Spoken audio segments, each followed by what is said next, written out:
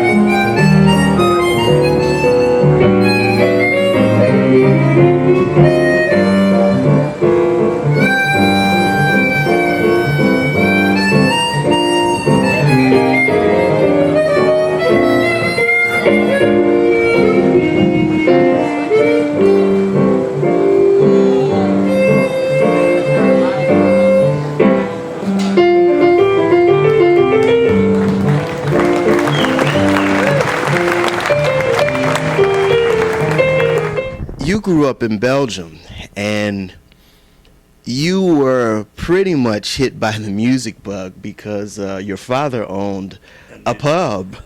Yeah, what a bar, little beer pub. And every Sunday, no jazz, or yet, I'm talking about 85 years ago. And every Sunday there was an accordion player who came, put his hat, his cap on the floor, and play for the whatever the guys had to spend or give.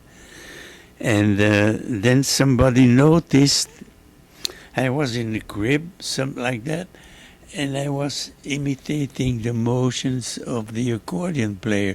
And for that I used a shoebox, a cardboard shoebox. They still exist, right? And then one of the bar fellas, said in Flemish, Bernard, this little kid wants to thinks it looks like it wants to play accordion. Then he bought me one, and that's how it started. And mostly French popular songs, because the French-speaking Belgium are listen to the French type popular music, and the Flemish part also, but more Anglo-Saxon music. So, but I became the sensation, on the street, and the streetcar had to stop when little Jean, that's me, was playing, You went from the accordion to the guitar, and No, first the harmonica. okay, so you did go to the harmonica. What was it? What was it about the harmonica that just caught your ear? It was like, you have to play this instrument. Well, I went to see a movie, James Cagney type, and there was a guy waiting to get to to be taken to the electric chair, and he was playing. whatever, you know. Hey, that's nice. And then I bought one, you know, like that. And then I started to, but then already I was getting older and listen. So the popular music, popular songs from America and France moved in my range, you know. And that's it. That's how I started to play. And during the German occupation in 1942, I was almost 20 years old. Yeah, a little before that. And during the German occupation, we lived in one neighborhood of Brussels, and in that neighborhood, about 5 minutes walk from where we lived, was a record store. And she had all records. The lady had records from before the Germans came, you know. And she said, Jean, that's me, you know, Toots yet. Jean, tu dois acheter ce disque, you must buy this record de Louis Armstrong avec les Mills Brothers, the Mills Brothers, you know. And there were 2 singles. And there was Carry Me Back, and those kind of things, you know. Boom, boom, boom, boom, boom, boom, boom, you know. And that was my contamination with the old phonograph. I still have it in Brussels with the horn, you know, and change the needle. And when the record was fresh one, before it got used too much, you know. But Louis' sound came through that I remember, I'll never forget. So that was, I didn't know what it was, but it was, hey, that's nice.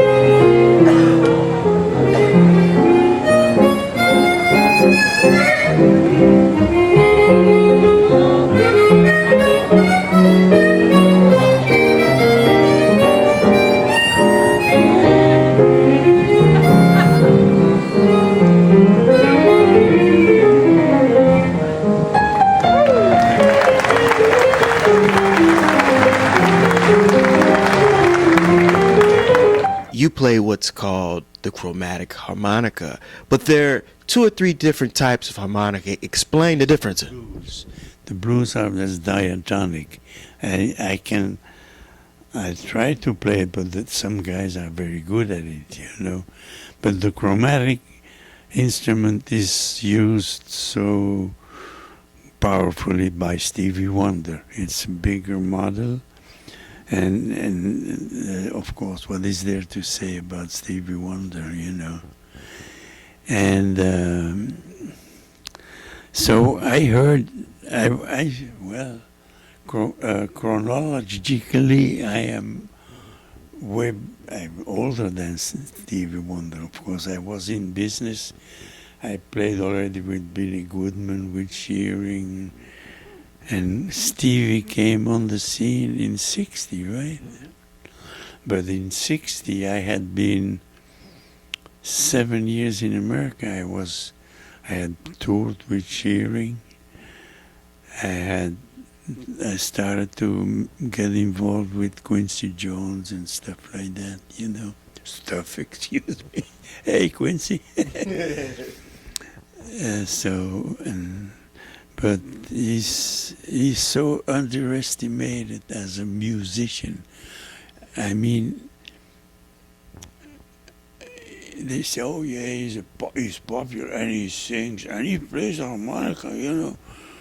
But if you look at YouTube, you see Stevie some things where, for instance, he was a guest at the Stanley Clark workshop or something where they play giant steps. Not harmonica, but he really played the changes, not just da, da, da, no, no, blah, blah, blah, blah, you know. What I'm trying to do with this too, you know. Then the rock guys, they use mostly the diatonic because you can do funky shit on it, you know.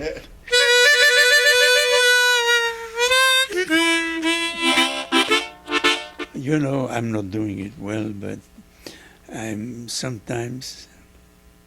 But you know, it's the funkiest instrument there is. The blues harp, they call it.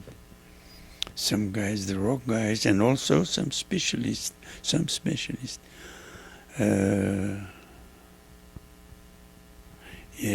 My memory.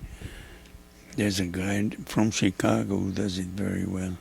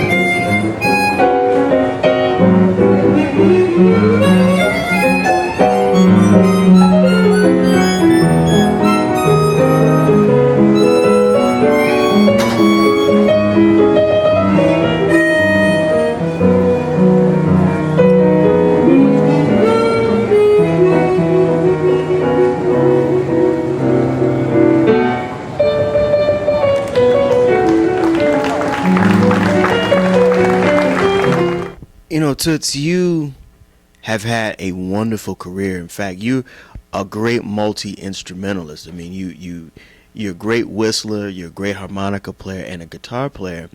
But it was through Benny Goodman, who heard you record Stardust, that really got you Attention. everywhere all over the world. Well, my first attention getter, so to speak, outside, I was still in Belgium, and I came in 47, my first visit to this country. I usually say to America. We're in America. And I had met a photographer, Bill Gottlieb. He's famous as a photographer. He passed away, but there's some fantastic photographs that he took, even of me, not famous, but and he said he heard me in Miami in a bar when I wasn't working, you know, jamming. Hey, call me when you get back to New York. I had to return to New York. And he took me to he called it the street. That was 52nd Street, you know. And he took me to the Three Juices, that club. And every week they had an all-star group, the same musicians with a different leader, name as a leader, you know. And that week, when he took me there that evening, there was J.J. Johnson's All-Stars with Hank Jones on the piano and things like that, and Percy Heath, those guys, you know. And and Bill Gottlieb, he took me, hey, fellas, I got a fella here from Belgium. He plays great harmonica. Oh, you know, harmonica. And but then already I was sort of a full bebopper, you know. In 1947, I knew all the records by the singles yet, in those days. The records by Bird, I knew the historic solos and Dizzy Gillespie, Sarah Vaughan, all those early 78s, you know. And then on the way back to Belgium on the boat, I wrote down some chords on Stardust, and which I recorded. It's a long story, maybe too long.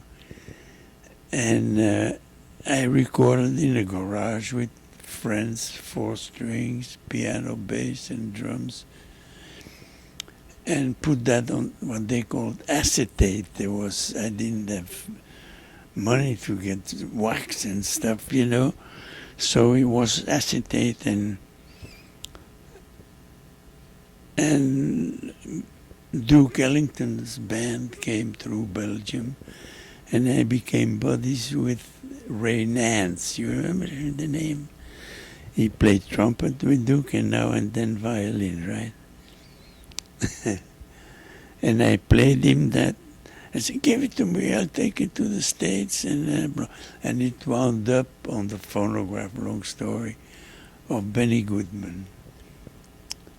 So he hired me, and in 50, I toured Europe with Benny Goodman, septet. I played guitar, and the front line was, of course, Benny, Roy Eldridge, and Zoot Sims.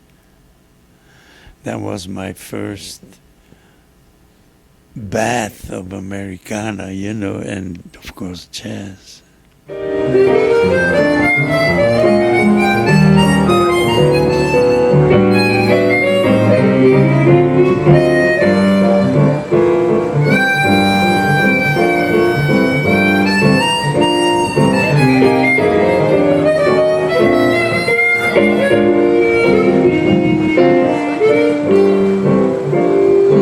That'll do it again for another edition of the Pace Report, reporting live here at this year's 2011 Detroit Jazz Festival here in downtown Detroit.